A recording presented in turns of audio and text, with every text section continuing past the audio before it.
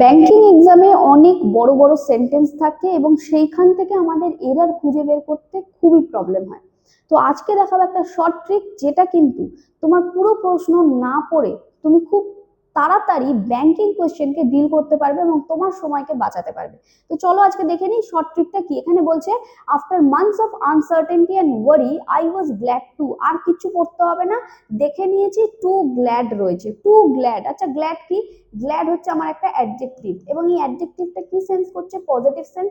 That means একে আমরা বলবো ফেভারেবল অ্যাডজেক্টিভ। ওকে, মনে রাখো ফেভারেবল অ্যাডজেক্টিভের সাথে কখনোই আমরা আনফেভারেবল অ্যাডভার্ব ইউজ করতে পারবো না। মানে পজিটিভ ওয়ালা অ্যাডজেক্টিভের সাথে কখনো নেগেটিভ অ্যাডভার্ব ইউজ করা কিন্তু যাবে না।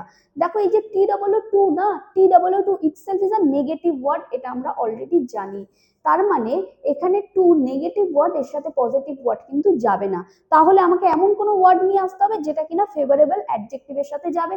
তাহলে টু কে আমি ইরেজ করে এখানে কি আনবো? ভেরি আনবো। ভেরি ইজ আ পজিটিভ বলা অ্যাডভার্ব, তার সাথে পজিটিভ অ্যাডজেক্টিভ নিয়ে আসো।